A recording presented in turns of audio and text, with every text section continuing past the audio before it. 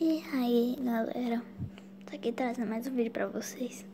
Então, se você está com 3G do seu celular e seus jogos precisam de muita internet pra jogar, você veio no lugar certo. Eu vou dizer pra você duas formas de conseguir um jogo que estão escondidos no seu lindo celular, mas acho que só funciona quase pra Android. Então vamos lá.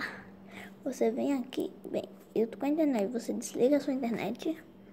Então desliga a internet, não tem mais nada. Você pode vir aqui, ó. Você vê no Chrome. Ó, aí você vai pesquisar alguma coisa, qualquer coisa. Pesquisa tipo número. Você pesquisa, ó. Você pode jogar esse joguinho aqui, muito massa. Pra você conseguir pular, é só tocar na tela. Não tem como a gente se abaixar. Mas eu vou dar uma dica pra vocês. Como é que se fala?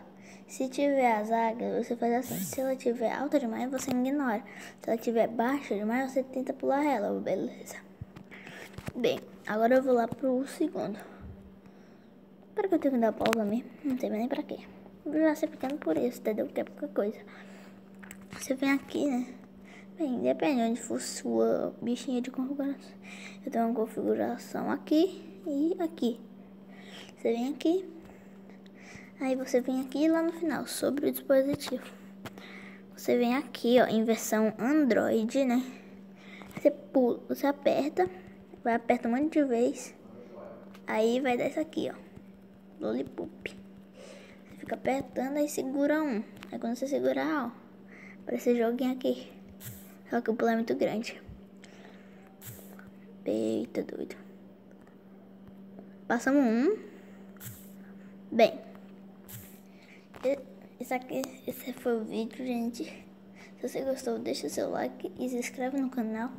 Bem, se você tá se perguntando quando é que eu vou começar a trazer mais vídeos com a minha voz, daqui uma semana, porque eu tô aqui numa casa, na minha casa, beleza?